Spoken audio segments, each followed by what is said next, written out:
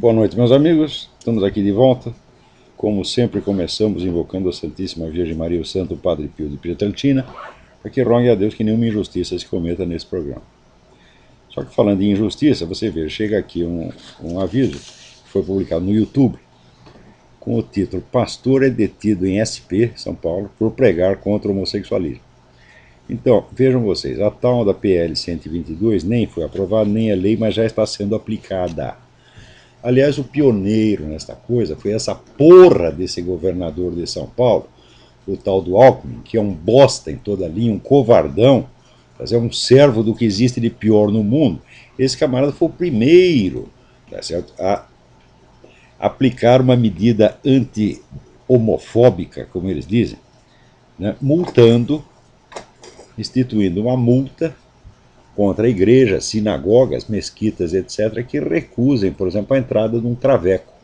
Né? Chega lá um sujeito de 1,80 m, todo peludo, com aquele físico de Schwarzenegger, né? Um sutiã, uma calcinha, né? Se não vestido de freira, com batom até na testa, e o padre, o pastor, o rabino é obrigado a engolir a situação e ficar bonzinho.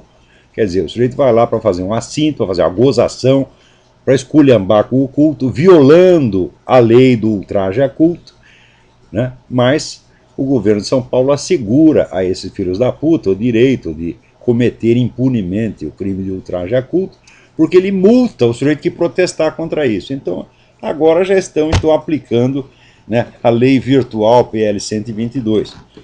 O pastor estava lá na Praça da Sé, fazendo uma pregação bíblica contra o homossexualismo, e pronto, alguém reclamou, a polícia foi lá e prendeu o pastor. Tá vendo? A coisa já começou, gente. Essa história de dizer que PL 122 é apenas para proteger os coitadinhos dos gays que estão sendo perseguidos, isso é uma conversa mole. No Brasil não tem perseguição nenhuma contra gay. A própria prova que eles apresentam prova o contrário. Quer dizer que o sujeito mostra lá que em 20 anos houve 100 crimes contra gays num país que tem 50 mil homicídios por ano. Isso é absolutamente ridículo. Não existe nenhuma violência sistemática contra gays no Brasil. Nem sistemática e nem esporádica. Até a quantidade de ataques esporádicos é absolutamente irrisório. Tá certo? Então esta lei não foi feita para proteger ninguém, não. Essa lei foi feita para criminalizar o cristianismo, para botar centenas de milhares de pessoas na cadeia. Isso vai acontecer. Isso não é brincadeira, gente. Isso faz parte do processo revolucionário mundial, e todos esses filhos da puta que estão agindo, eles são agentes disso aí. Quer dizer, eles não estão protegendo ninguém, eles estão fazendo uma perseguição organizada. Olha aqui, tem esse merda deste ministro do STF, né, que não é nem Supremo, nem Tribunal, nem coisa nenhuma. Aquilo é o escritório, né, escritório da advocacia do PT. Chega esse ministro Carlos Aires Brito dizendo que o preconceito do homofóbico faz os sujeitos chafurdar no ódio. Olha aqui, ô ministro, em primeiro lugar, você está raciocinando na base de que existe este ódio organizado. Me dê uma prova de que isso existe. Tá certo? Agora, não tem nenhuma, zero, zero, zero, zero, zero. Né? O Brasil é um país onde traveco faz show, né, na televisão, às 3 horas da tarde, e ninguém liga, porra.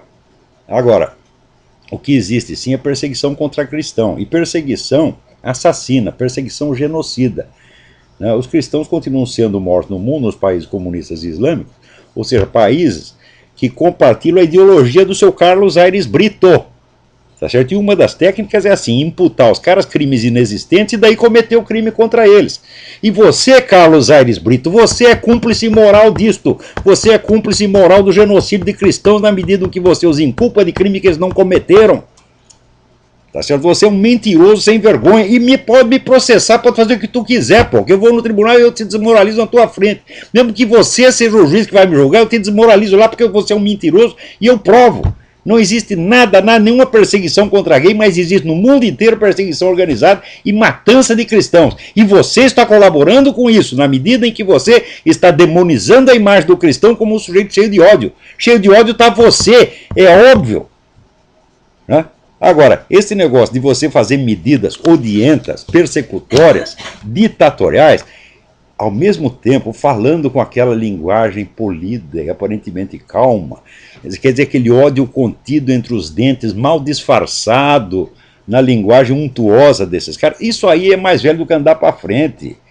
Ora, você, veja, Stalin, Joseph Stalin, matou 70 milhões de pessoas. Você já ouviu um discurso de Stalin? Eu já ouvi. O Stalin falava calmamente, como um professor.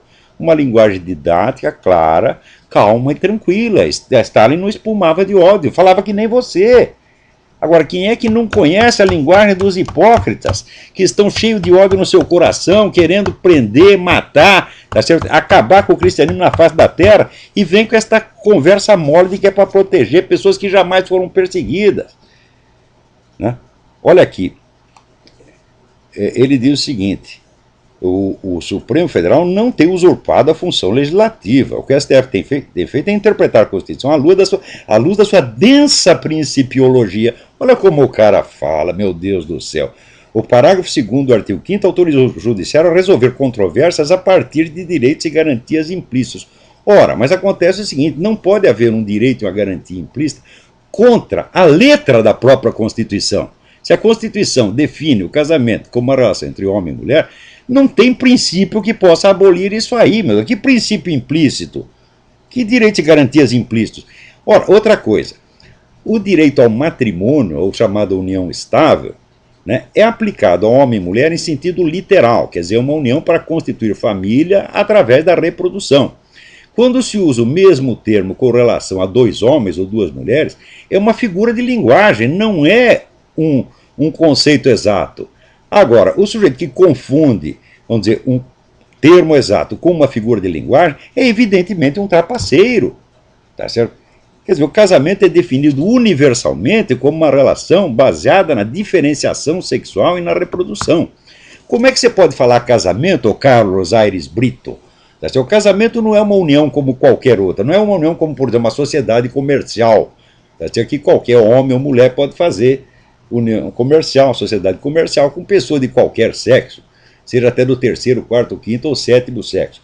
Porém, a relação matrimonial é baseada na diferenciação de papéis sexuais, onde, portanto, existe uma atribuição de direitos e deveres conjugais.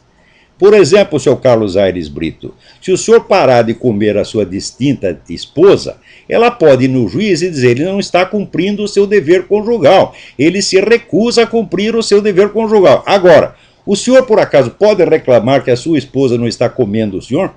Não, não pode, porque isso está fora da definição dos papéis sociais. O senhor tem a obrigação de desempenhar a função masculina e ela a função feminina. É esta a definição dos direitos e deveres conjugais, que é a definição mesma do casamento. Agora, numa união homossexual, quem tem qual dever conjugal? Quem tem o dever de comer quem e quem tem o dever de dar para quem?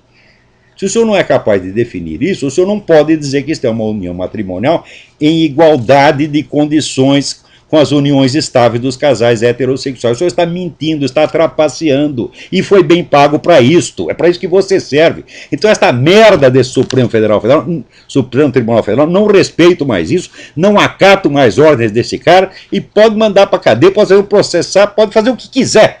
Tá certo? Eu estou cagando e andando para as suas opiniões. Opinião de trapaceiro, a gente tem aqui que cuspir na cara. Tá entendendo? Se eu encontrar você, eu vou cuspir na sua cara. Preste bem atenção, não apareça onde eu esteja, porque eu vou cuspir na sua cara na frente de todo mundo.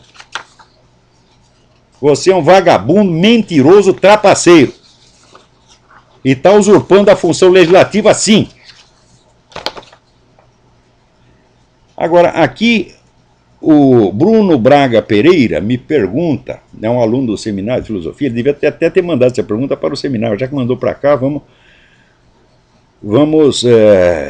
responder. Eu gostaria de um esclarecimento. Qual a contribuição da filosofia de Fichte, sobretudo a sua concepção do eu criador e do romantismo alemão, em seu mergulho na profundidade interior, para os desdobramentos posteriores da mentalidade revolucionária? Olha, de acordo com o Fichte, o eu subjetivo é a única realidade que existe. Ele está acima do bem e do mal. Você tá entendendo? Quer dizer, tudo decorre do eu. Ele atribui ao eu humano características que mais apropriadamente se atribuiriam ao eu divino. Na verdade, todo o movimento chamado humanista, que começou no tempo do Renascimento, coloca o ser humano, o indivíduo humano, tá certo, como de autoridade soberana na condução da sua vida. Agora, presta atenção, aí uma sutileza.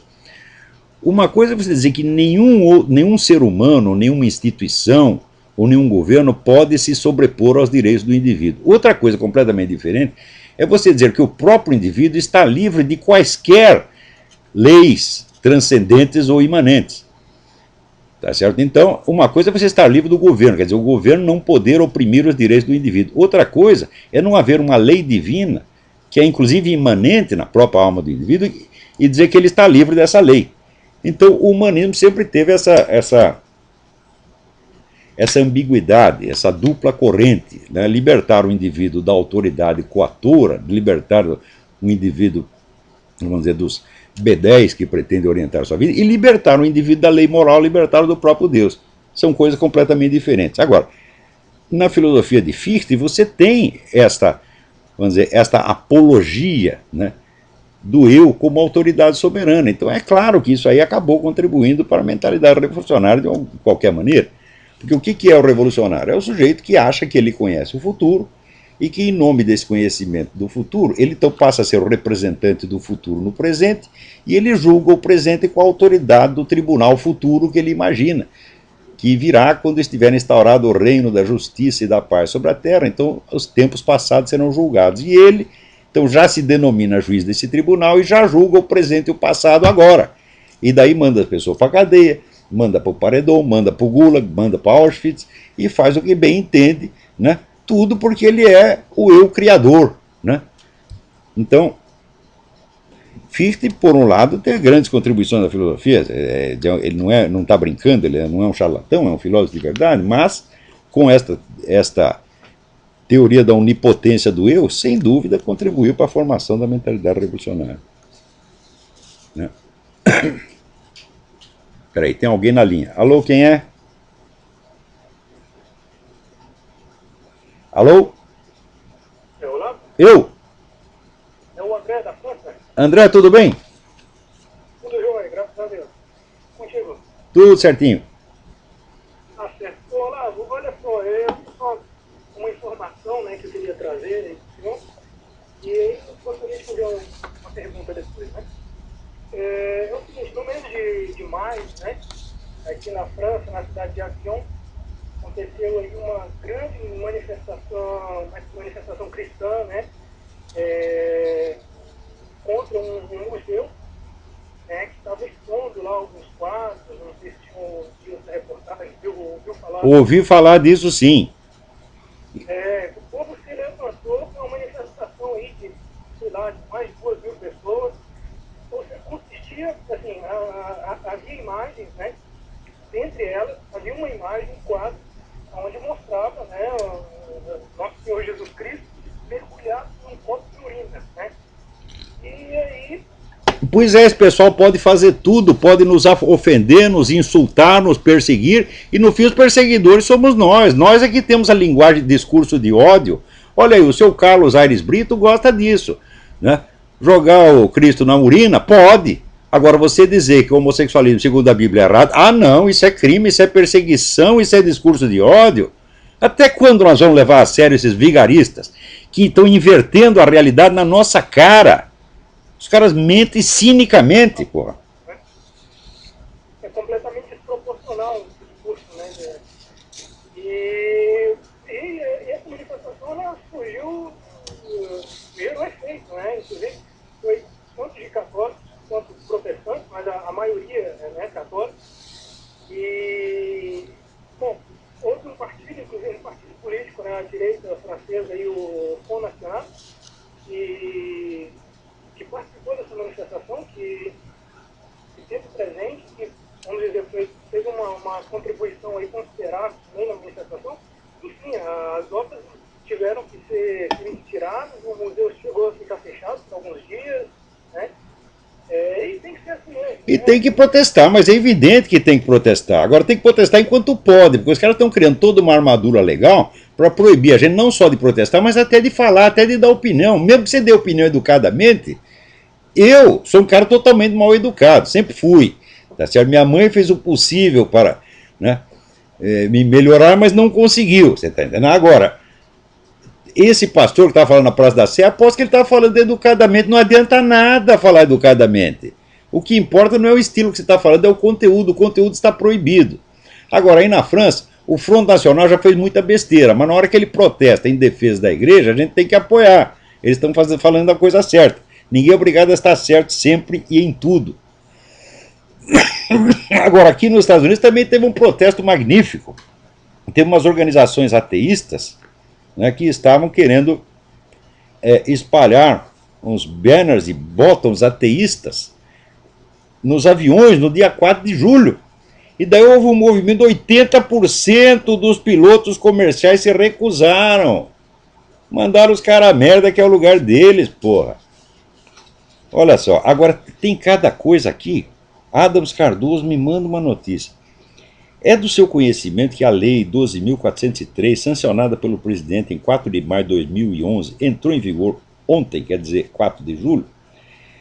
Resumindo, pela nova lei, passarão a ser, presta atenção, afiançados os crimes com punição de até 4 anos, como formação de quadrilha ou bando, autoaborto, lesão corporal dolosa, ainda que grave, maus tratos, furto, fraude, receptação, abandono de incapaz, emprego irregular de verbas públicas, resistência, desobediência, desacato, falso testemunho e falsa perícia. Todos os crimes contra as finanças públicas, todos são afiançáveis agora, meu filho. O sujeito é preso porque ele roubou dinheiro do Estado, ele chega lá, ele paga uma multa e vai para casa. É claro que isso aí é opção fundamental pelo crime. Esses camaradas já decidiram isso há mais de 30 anos, no tempo em que começaram a circular, nos anos 60, os livros de Herbert Marcuse, que diziam que os bandidos eram parte da classe revolucionária. Desde então, esses intelectuais de merda têm feito o possível para proteger o criminoso e criminalizar o cidadão comum.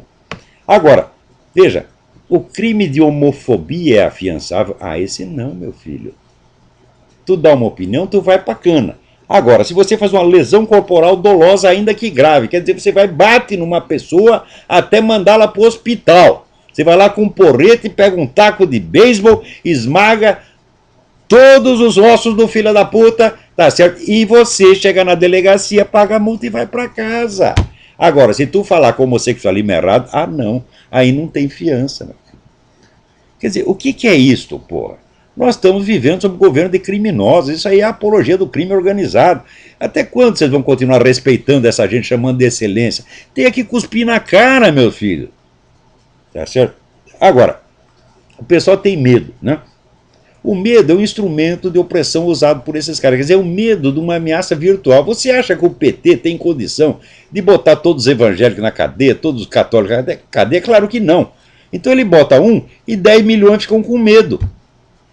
Quer dizer, isso aí é a psicologia da subserviência, você não pode aceitar isso não.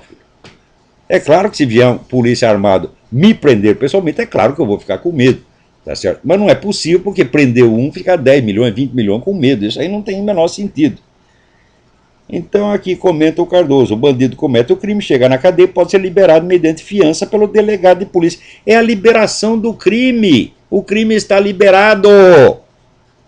Olha, o que eu achei mais bonito é que entre os crimes afiançáveis entram aqueles que os políticos mais gostam de cometer. Todos os crimes contra as finanças públicas. Ninguém vai mais ser preso porque roubou dinheiro do Estado. Pode roubar, está o mensalão institucionalizado. Olha aqui. Crimes de fraudes em licitações também está liberado. Contrabando também está liberado. Quer dizer, você vai responder ao seu processo em casa, em liberdade, o processo vai levar 10 anos, você não vai sofrer nada. Você vê, o próprio ex-presidente da República, ex ou atual presidente, porque essa mulher que está aí é só fachada, né? O presidente eterno Lula, né, quando se comprovou que ele estava metido no mensalão, que ele era o planejador e chefe do mensalão, como já dizia o Ivo Patara no livro O Chefe, que todo mundo devia ler, o que ele fez? Riu e disse, isso aí vai levar 40 anos para acabar o processo, não vai me acontecer nada. Quer dizer, a defesa típica de bandido, a mentalidade de bandido. Vocês pensam que estão lidando com quem, hein? Porra! Então, vamos lá, olha tanta merda que chega aqui, porra. Aqui, tá aqui, o seu Geraldo Alckmin. Novamente, decreto de 30 de junho de 2011. Né? está convocando aqui a segunda Conferência Nacional de Políticas Públicas e Direitos Humanos de Lésbicas, Gays, Bissexuais, Travestis e Transsexuais. Agora vai lá, seu governador, vamos fazer um congresso da defesa dos direitos dos cristãos, dos crentes, dos religiosos, vamos fazer? Não, isso não pode. Né?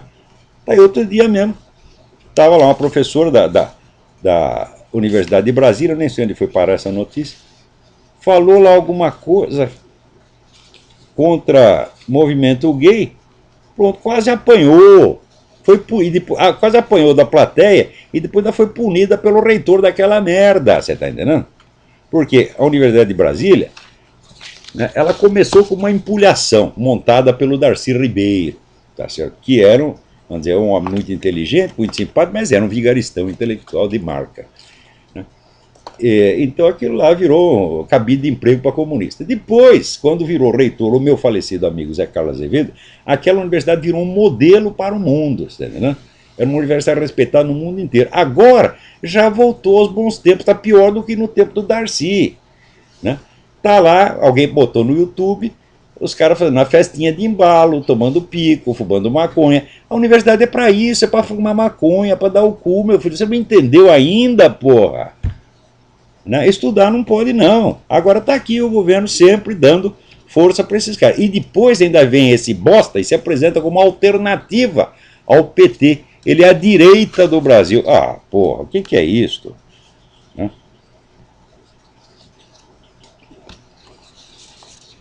Aqui, outra pergunta filosófica aqui. Pô, essas perguntas deviam ir para o seminário de filosofia, mas já que veio aqui, vamos ver. Eu estou lendo Wilhelm Dilthey e uma dúvida me apareceu. Diz Dilthey que a ciência do espírito se constitui a partir dos nexos psíquicos com o que o autor chama de princípio de fenomenalidade, isso é, segundo o qual os fatos históricos sociais são antes fatos da consciência. Portanto, a ciência do espírito, que na visão do autor são sedimentados na totalidade da consciência humana, na história, na própria experiência individual, implicam que a investigação sobre os diversos campos da ciência da humanidade partem da psicologia como nexo estruturante e elo necessário. Daí vai lá. Mas se admitirmos isso, não estaríamos reduzindo a metafísica ao nível imanente? Perfeitamente, Marcos. Quem manda a pergunta é o Marcos Boeira. Perfeitamente. Quer dizer, aí é a influência venenosa do Immanuel Kant, tá certo? Onde nós não estudamos fatos da realidade, nós estudamos fenômenos de consciência, no fundo, os nossos próprios estados de consciência. E o único princípio de validade se fundamenta no pressuposto de que a psique de todo mundo funciona igual, então os fatos que nós percebemos não têm objetividade, mas têm universalidade, porque todo mundo percebe igual. Quer dizer, se todos estamos enganados igualzinho, então aquilo fica valendo como ciência. Então isso aí, olha, apesar do talento imenso de Wilhelm Dilthey, muitos filósofos, grandes pensadores como o Dilthey, Max Weber, muitos outros, foram lesados por essa influência do kantismo. Kant é um negócio que nós precisamos jogar na privada, esquecer aquilo. Kant é um criador de dificuldade, sujeito que cria dificuldade para vender facilidade. Né? Ele vai lá, prova que você não pode conhecer a coisa em si, as coisas em si, que você só pode conhecer as aparências fenomênicas, tal como Kant as descreve. E assim por dentro. Está aqui, Marcos Boeira é aluno nosso e colaborador do MSM. Então,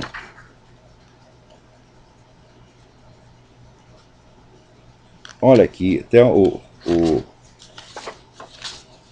Reinaldo Azevedo escreve aqui sobre o negócio da Universidade de Brasília. Né? A Universidade de Brasília, a quase lendária UNB, que já chegou a figurar entre as mais importantes do país, figurar as mais importantes do país, no tempo Zé Carlos Azevedo, não foi no tempo do Darcy Ribeiro, não. Muito menos no tempo desse outro, como é? Até esqueci o nome do cara. Esse que foi governador lá de Brasília também. Cristóvão Buarque, Foi só no tempo do Zé Carlos Azevedo. Que era um homem preparado, um verdadeiro cientista, preparado no MIT, era um homem sério, e ele construiu a universidade. Agora esses caras estão lá demolindo. Agora traz-se um verdadeiro monumento ao modo petista de fazer educação. Ao pouco foi deixando de ser o centro desse lema para se transformar num emblema até folclore da baixa qualidade do ensino, do atraso ideológico, da vigarice acadêmica. Se fumar maconha, por exemplo, fosse exercício da liberdade de expressão, o UNB já teria fundado um novo iluminismo. como o Voltaire da bagana, o Diderot do baseado, o Rousseau da marihuana, o Montesquieu do Beck. É isso mesmo. Com a ressalva de que Voltaire, Diderot e tal eram uns bons pilantras também. Alô, quem tá na linha aí? Oi, Oi, quem é? oi, pessoal. Quem é? Ô, Gustavo, Gustavo, tudo bem? pessoal, eu tô indo para os Estados Unidos. Fale mais alto. Eu vou para os Estados Unidos passear Uai, e visitar o senhor. uai, pode visitar. Eu vou para Nova York e eu pegava um avião e visitar o senhor.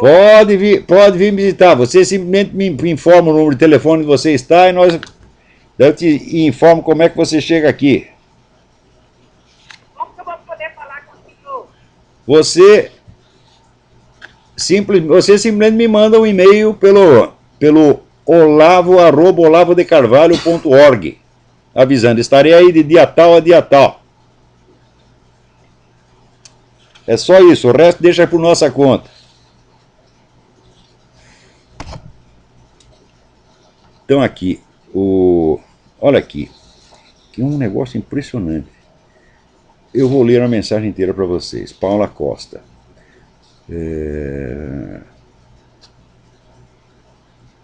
Sou perita do Ministério Público do Distrito Federal e nessa instituição os progressistas, no sentido que o Reinaldo Azevedo dá essa palavra, são muito assanhados, falam o que bem entendem sem serem contestados. Pois bem, desde que cheguei ali há 1 ano e meio, passei a participar das discussões e os tais progressistas não têm conseguido emplacar uma única discussão, o que os deixou furiosos comigo. Resumindo bem a ópera, estou enfrentando um processo administrativo por conta das opiniões emitidas. Olha aí, Ministério Público, meu filho. Está aí para implantar a injustiça, a perseguição e o crime. Né?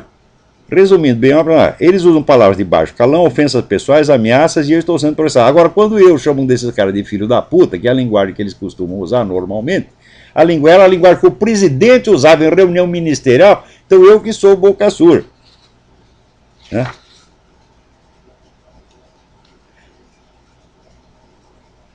Embora todos que leram a minha defesa tenham opinião de que está bem estruturada e farta em dados eloquentes, já fiquei sabendo que a própria Procuradoria-Geral de Justiça e o chefe do Ministério Público instruíram o promotor que designou para a comissão para que me condene.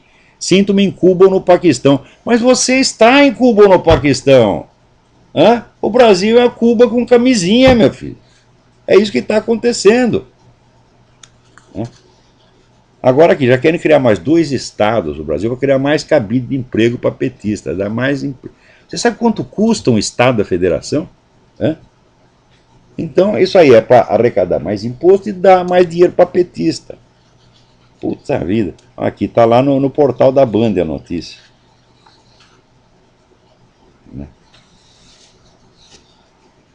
Aqui, também, aqui a Ana Elisa me manda um negócio dizendo, olha, estardalhaço criado na mídia, forçando a briga entre os sócios controladores do Pão de Açúcar e Carrefour, está camuflando uma operação do governo para influenciar e intervir diretamente no setor do supermercado. Lamentavelmente, o governo está articulando nos bastidores mais uma intervenção direta na economia do país. Mas é assim mesmo, porra. Essas fusões todas, elas fazem parte da estratégia revolucionária. Isso aí é mais antigo que andar para frente. Aqui, Carlos Rodrigo Pioli manda aqui. Eu gostaria que o senhor publicasse seu perfil no YouTube um vídeo que falasse um pouco sobre as urnas eletrônicas, segundo denúncia do deputado Fernando Chiarelli. O deputado Fernando Chiarelli há tempos está denunciando que as eleições no Brasil são completamente fraudadas por via eletrônica. Faz tempo que ele está falando disso. E olha, as coisas que ele disse são sérias. Tá certo? E por causa disso já tem recebido ameaça de morte. Agora, alguém coloca lá no YouTube um texto dizendo o seguinte: o Olavo de Carvalho é pró-judeu e pró-maçom. Ele só é contra o Concílio Vaticano II, porque, segundo ele, o Concílio tem a obrigação moral de denunciar os crimes do comunismo que tinham ocorrido até ali. Mas ele não é contra o Concílio Vaticano II no aspecto teológico, que se refere ao seu ecumenismo humanista. Ecumenismo humanista é o cu da sua mãe, rapaz. Que história é essa de contra ou a favor? Você acha que eu estou aqui para ficar julgando tudo? Eu sou contra isso, contra aquilo, contra aquilo, contra aquilo. Sou a favor disso, disso, disso. Quer dizer, o seu pensamento é assim, isso é pensamento de quem só tem dois neurônios, um que vai, um que volta, um que é a favor, outro é contra. Pensar no entender desses filhos das putas é botar um carimbo. Sou contra, sou a favor. Sou contra, sou a favor. Ora, meu filho, a gente pode ser contra ou a favor ideias e atitudes. Agora, contra ou a favor povos e instituições não tem o menor sentido. Como é que eu vou ser contra ou a favor de um treco chamado judeu? Povo judeu. O povo judeu é uma ideia, é uma doutrina, é um partido político, não é um povo. Não faz sentido você ser nem contra nem a favor. Essa categoria não se aplica, meu filho. Está entendendo? Com relação, vamos dizer, à maçonaria, eu digo, olha, primeiro, a maçonaria é um fenômeno muito complexo, existem diversas maçonarias, umas contra as outras, aquilo é uma confusão dos diabos. E o que quer dizer ser contra a maçonaria? Quer dizer, você faz contra tudo que a maçonaria fez? Então, se você é contra tudo que a maçonaria fez, meu filho, você tem que ser contra a República Brasileira. Tá certo? Mais ainda, note bem, quando se proclamou a República no Brasil, durante o Império, os dois imperadores pertenciam a uma ala da maçonaria que era ferozmente anticatólica. Então, oprimiram a igreja católica de tudo quanto é jeito, não deixavam abrir novas igrejas, não deixavam abrir escola religiosa. Eu sei o seguinte, quando começou o Império, tinha 3.000 monges no Brasil, quando terminou tinha 8. Quer dizer, mais um pouquinho ia acabar a igreja católica. Daí o que aconteceu? Uma facção da maçonaria se uniu com a igreja católica e fez a república e instaurou a liberdade religiosa. Graças a isso existe religião católica no Brasil. Ora, eu vou ser contra 100% da maçonaria, então eu tenho que ser contra isso também, porra. Quer dizer, que história é essa, porra? Quanto com relação aos judeus, meu filho, os judeus já fizeram muita cagada no mundo. A pior cagada é a seguinte, é que eles afagam e ajudam os seus próprios traidores. Vamos dizer que se os traidores fizessem mal só para os próprios judeus, então seria apenas um caso de masoquismo. Mas esses traidores fazem mal para o resto da humanidade. Está aí o tal do Noam Chomsky que mente o tempo todo contra Israel. Agora, eu garanto, aí tem uma diferença brutal, porque se você é um muçulmano e fala mal do Islã, os caras te condenam à morte. Agora, se você é judeu e fala mal do judaísmo e de Israel, o que os caras fazem? Eles te convidam para falar no clube israelita, afagam a sua cabeça porque você é patrício. Você está entendendo? Então, não precisa fazer que nem os muçulmanos condenam os caras à morte. Mas tem que parar de puxar o saco dos inimigos, né? Porque eles não são só seus inimigos. Se for só no seu cu, fala, bom, você é o dono, tá certo? Mas eles fazem mal para vocês e fazem mal para o resto do mundo. Então, eu nunca tive papo na língua para falar nem de judeu, nem da igreja católica, nem da maçonaria, nem de quem quer que seja, só que eu discuto pontos concretos. Você é contra uma atitude concreta, uma ideia em particular. Agora, ser contra ou a favor de pessoas, instituições ou povos, isso é coisa de desocupado como você. Eu nem sei o nome do filho da puta que pôs isso no YouTube, né? Então, agora, ser contra ou a favor do Concílio Vaticano II, fala, não faz sentido também, meu filho. Um concílio é um fenômeno imenso, tá certo? Que abarca milhares e milhares de páginas de documentos e não é possível que tudo aquilo esteja errado. A gente é contra uma ou outra coisa que o concílio fez.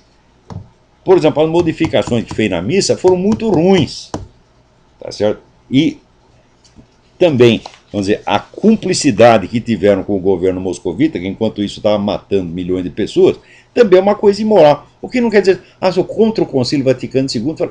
Ninguém pode ser contra um concílio inteiro, meu Deus do céu. Porque o concílio se constitui de todas as discussões que o compuseram. Tem todas as correntes lá dentro. Tá certo? Agora, nas suas consequências, algumas podem ter sido bastante lesivas.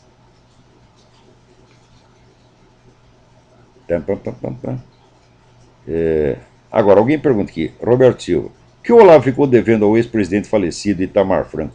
Foi o homem que acabou com a inflação, porra. Você talvez seja muito novo para você saber o que é você viver sem saber quanto você vai ganhar no fim do mês, porra. Né? Você tem um salário nominal, esse salário pode valer alguma coisa, pode não valer nada. Então você ficava na mão dessa coisa, porra. Quer dizer, a inflação comia metade do seu trabalho todo mês, porra. Isso aí durou 50 anos e foi o governo Itamar Franco que acabou isso. Como é que nós vamos dizer que o cara não fez nada? Outra coisa, ele tem muito pouco tempo para governar. Se tivesse mais tempo, teria feito outras grandes coisas. mas só, vamos dizer, acabar com a inflação, dar estabilidade da moeda, que é a condição mínima, para que um povo possa existir e trabalhar com alguma segurança de que o seu trabalho vai ser recompensado, nós temos que ser gratos a esse homem. Outra coisa, Itamar Franco nunca meteu a mão em dinheiro público. Todos se meteu, estão todos sujos. Itamar não se sabe nada contra ele. A única coisa que sabe ele é que ele apareceu no palanque com a tal da Lilian Ramos, que estava lá com a buceta meio à mostra, e fotografaram de baixo, aparecia a xoxota da dona. Agora, o Itamar Franco, que também não era flor que se cheira, ele, né, ainda foi lá acompanhar a mulher até o hotel e ainda deu os beijinhos. Né? Então, mas é isso que você pode acusar o cara. É o máximo que se sabe contra ele. Então, aqui, sempre tive o maior carinho pelo doutor Itamar Franco, lamento a sua morte. Morreu pobre. Quanto desse cara vai morrer pobre? Você imagina o Lula, que saiu da merda, né? Agora é multibilionário, ele e o Lulinha, né? Se o Fernando Henrique Cardoso, que era um coitado de um professor da universidade, ganhar uma merda, vai ver como é que ele está agora, porra. Agora, o Itamar morreu pobre. Ai. Aqui também. Então, olha, o Reinaldo Azevedo diz, o Itamar era controverso, mas não era ambíguo moralmente. Né? Olha, de todos os presidentes que teve nos últimos 50 anos, foi o mais decente. O único que merecia respeito. Não foi, vamos dizer, um grande estadista, tal, mas foi um governante honesto, correto e que fez o bem ao Brasil. Né?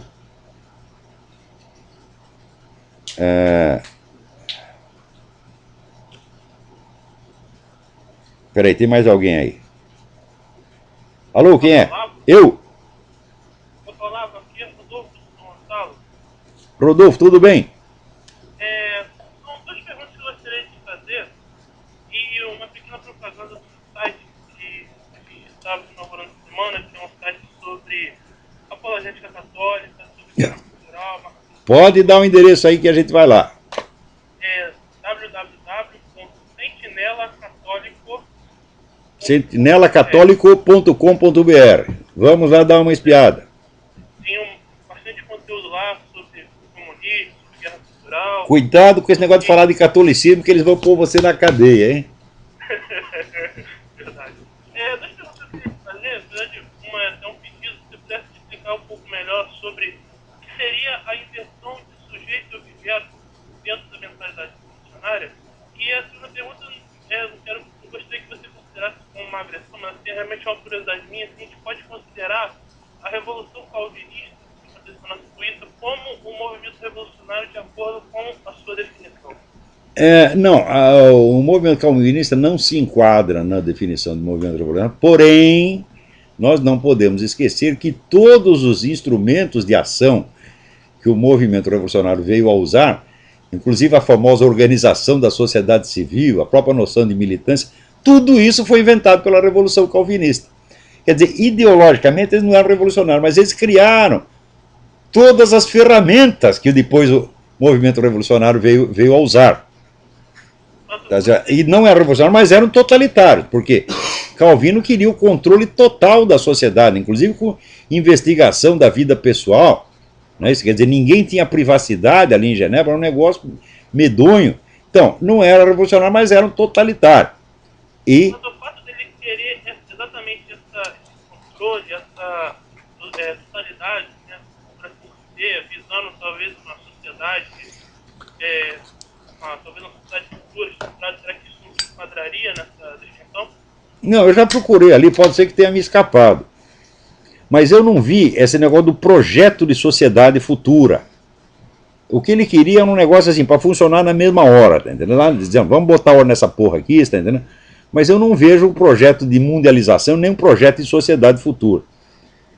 Pode ser que eu esteja enganado. Não, o que eu tinha a estudar ali sobre aquele período, ainda falta muita coisa. Né? Esse negócio de mentalidade revolucionária, eu fui buscar esse negócio, isso aí foi arrumei sarna para me coçar, porque o assunto não acaba mais. Olha, por falar nisso, o pessoal fica me cobrando. Cadê o livro da mentalidade revolucionária? Cadê o livro? Olha, esse negócio cresceu tanto que virou vários livros, e eles estão saindo independentemente. Né? Um volume que era um capítulo, olha, isso era um capítulo sobre Maquiavel, chamado Maquiavel, a Confusão Demoníaca, O capítulo cresceu tanto que virou um livro independente e já está publicado, já está à venda. Atenção, vocês podem comprar no site www.livraria.seminariodefilosofia.org ou no site www.videeditorial.com.br. O livro já está à venda. Meu livro sobre Maquiavel, que era um capítulo da mentalidade revolucionária. Agora estamos preparando um outro livro que também cresceu, era um capítulo também, cresceu demais, que é o capítulo sobre a paralaxe cognitiva. Então eu aqui estou, com a ajuda aqui da minha assistente, a Liuba, né, tentando preparar esse material para publicar o mais breve possível. Depois, o livro sobre capítulo sobre Descartes. Esse então cresceu mais ainda que os outros dois. Então tudo isso aí vai ser publicado sob a forma de livros independentes, não tem outra solução. Depois, talvez, numa outra edição, talvez a gente organize e dê um sentido unitário, né, uma coleção inteira. Mas por enquanto eu estou soltando os pedaços independentes. Mas, veja, esta parte do protestantismo, isso para mim é o maior abacaxi que tem. Porque, na verdade, me parece uma coisa contraditória. Mas existem coisas contraditórias na realidade. Não é porque eu encontrei uma contradição, né, que eu vou negar que ela exista. Falo, não, um movimento vasto pode ter vários aspectos contraditórios internos, como todos os movimentos têm. Então, eu não encontro ali, no Calvino, os princípios do discurso revolucionário, mas encontro os princípios do totalitarismo e encontro o instrumental revolucionário. Então, isso parece uma coisa contraditória, mas me parece que o calvinismo é realmente um fenômeno composto, né? E, no caso, você poderia explicar um pouco melhor sobre esse lance da transferência do sujeito objeto dessa inversão? Mas isso é simples. A explicação causal que os revolucionários arrumam para tudo o que acontece, na explicação causal deles, sempre o autor das ações deles próprios são os outros. Né? Por exemplo, agora mesmo eu estou estudando um livro esplêndido chamado Icebreaker, Quebra-Gelo, do Viktor Suvorov, sobre como a União Soviética foi preparando a Segunda Guerra Mundial desde 1920, e montando tudo para que eclodisse uma nova guerra mundial, porque a primeira não tinha sido suficiente para derrubar todas as democracias e instaurar o socialismo. Daí eles falaram, precisamos de outra guerra. Então começaram a tomar grandes medidas estratégicas para provocar uma segunda guerra. E em seguida lançava a culpa nos outros. Eles sempre fazem isso.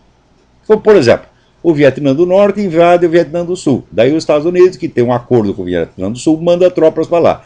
Resultado, a coisa é descrita como uma invasão americana. É sempre assim. Né? Todo esse pessoal que o regime comunista mandaram para o Gulag, o regime nazista mandaram para o Auschwitz, né, eles sempre diziam que o governo estava sendo pressionado, estava sendo acuado por esta gente e forçado a reagir. Agora você imagina, né, aqueles judeus do gueto, né, e uns velhinhos, né, lendo a Torá debaixo do braço, tal, que perigo podiam apresentar para o regime? Que ameaça podiam fazer para o regime? Nada. Então, o fator ativo é explicado como se fosse vítima passiva. Isso é universal. Você vê, na França existia um fenômeno que se chama La Grande Peur. La Grande Peur é o seguinte: alguém anunciava que o rei, que estava no exílio, tinha montado um exército e estava para invadir aquela região. Imediatamente distribuiu armas para o povo saía matando gente a esmo sem saber quem era quem. Isso foi uma epidemia de matanças. Olha, o rei não tinha exército nenhum, o rei não estava lá, o rei estava em outro país, né? Em suma, eles queriam fazer a matança, então inventavam um pretexto de maneira que o autor da matança fosse a sua própria vítima. Isso é normal na mentalidade revolucionária. Ok, Olavo, obrigado. Muito obrigado aí pela oportunidade. Que Deus te abençoe. A você também. Boa sorte no seu site. Muito obrigado e até a próxima. Até a próxima. Agora, olha aqui. Uma corte federal em Tacoma, estado de Washington, né, recebeu lá um pedido de inúmeros defensores do casamento tradicional pedindo proteção policial, porque todos eles estão ameaçados de morte por ativistas homossexualistas. Então você veja, outro dia eu vi no YouTube uma gravação magnífica do pastor Silas Malafaia denunciando os ataques assintosos, insultuosos, blasfemos que o pessoal, durante passeata gay, faz contra a Igreja Católica. Faz isso impunemente sob a proteção do Estado. Agora, se você dissesse homossexualismo é errado, você está com um discurso de ódio. Hã? Então aqui, os caras para fazer ameaça de morte, para eles não custa nada. Por exemplo, praticamente todos os líderes defensores do casamento tradicional no estado de Washington estão sob ameaça. Isso aí não tem problema aqui. As frases que os caras recebem: eu vou matar você e sua família. Né? Então, this woman is so fucking stupid. Someone please shoot her in the head. Again and again and again. Eu vou matar o pastor. Né? E assim por diante. Você está morto, talvez não hoje, talvez não amanhã, mas logo. Né? Eu sou um gay que possui armas e você é o meu próximo alvo. São milhares de mensagens desse tipo. E é essa putada que fica se fazendo de vítima. É a inversão de sujeito e objeto. Tá vendo? Agora, aqui, olha outra coisa. No Brasil agora tem um projeto que parece já estar sendo aplicado, em que as escolas do ensino médio e fundamental possuem o direito de monitorar o comportamento de seus alunos nas redes sociais, na internet, podendo inclusive puni-los caso eles fujam do comportamento politicamente correto. Quer dizer que o aluno da escola está lá vigiando, você está, né, no YouTube, no Facebook, etc, etc, e está lá a diretoria da escola vigiando o que você fala para punir. Meu Deus, isso é um pesadelo! Isso aí é o Estado soviético sendo implantado, meu Deus do céu, e vocês não acordam, porra!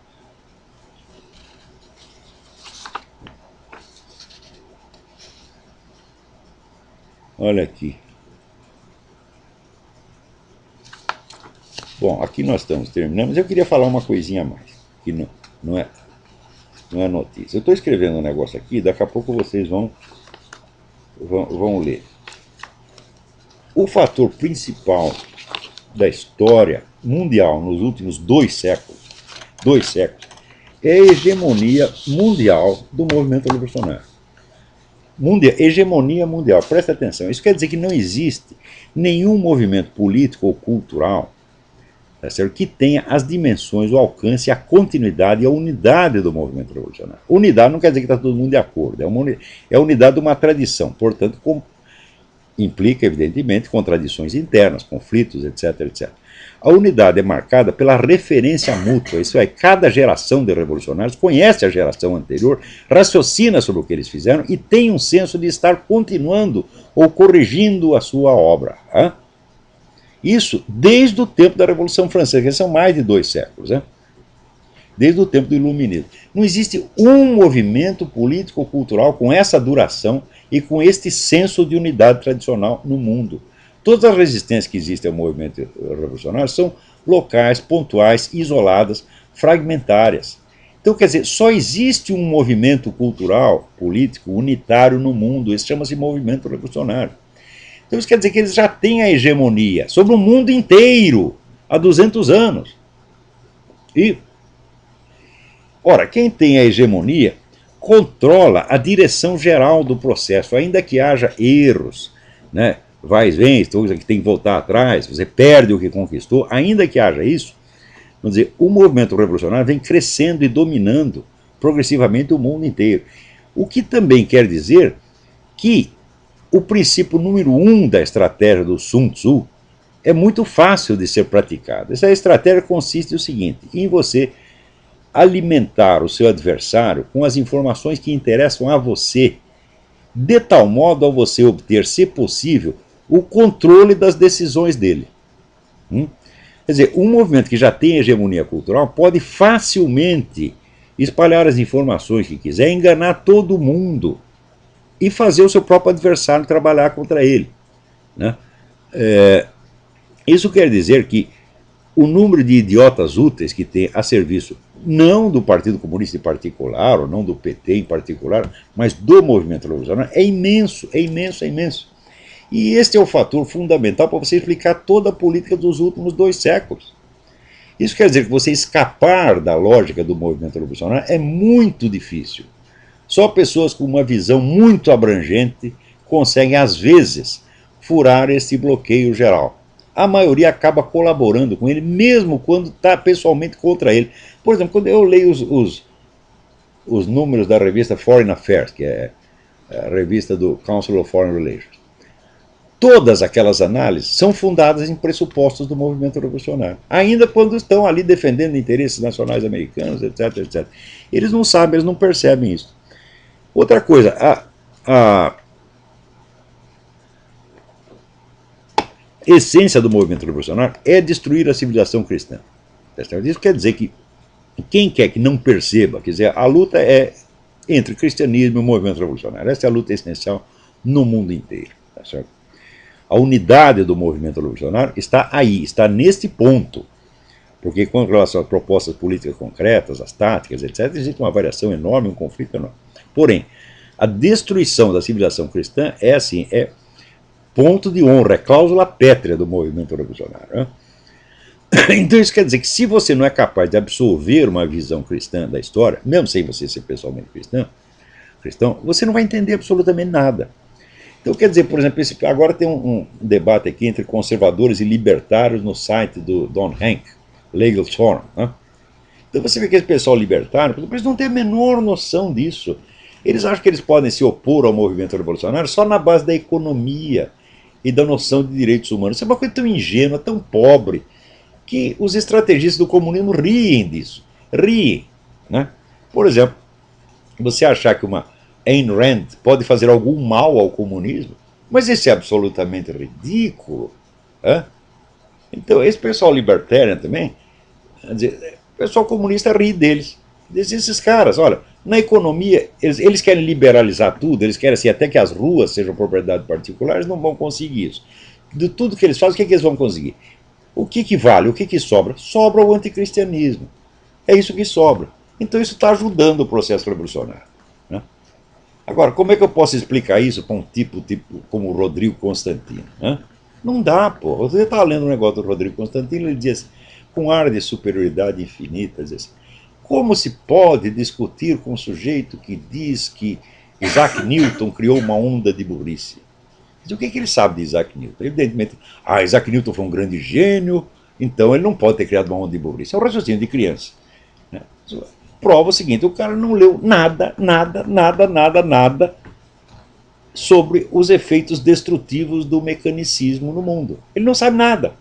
Então, para ele, aquilo parece que eu estou dizendo uma coisa absurda, porque ele não sabe nada. Então, como é que...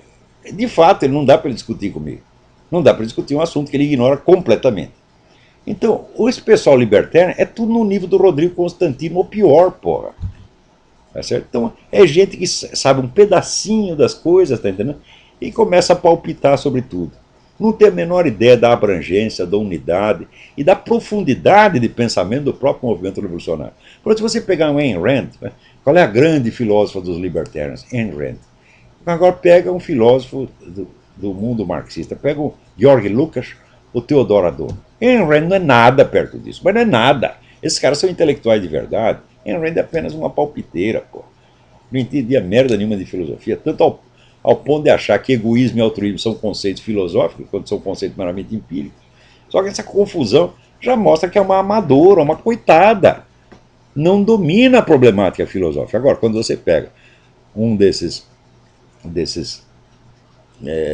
big shots do comunismo, não, aí você está discutindo com pessoa que tem consistência, porra. Né? Não é o caso de hoje. Esses grandes intelectuais do comunismo já acabaram. Os que tem hoje são deploráveis. Mas nesse mundo libertário não tem ninguém que possa fazer face. Um Theodor Adorno, um Max Horkheimer, um Georg Lukács.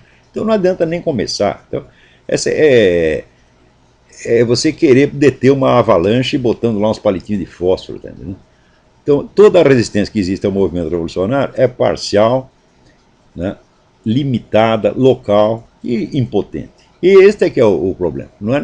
Nós precisamos ter uma concepção geral do movimento revolucionário e rejeitá-lo no seu todo, não num pedacinho aqui, um pedacinho ali, meu Deus do céu. Agora, para isso, você tem que ficar 20 anos estudando marxismo. E quem é que... Você acha que Rodrigo Constantino Você acha que o Rodrigo Constantino é capaz de ler o Capital, porra? Você tá brincando? Hã? Então é isso aí. Até a semana que vem, muito obrigado.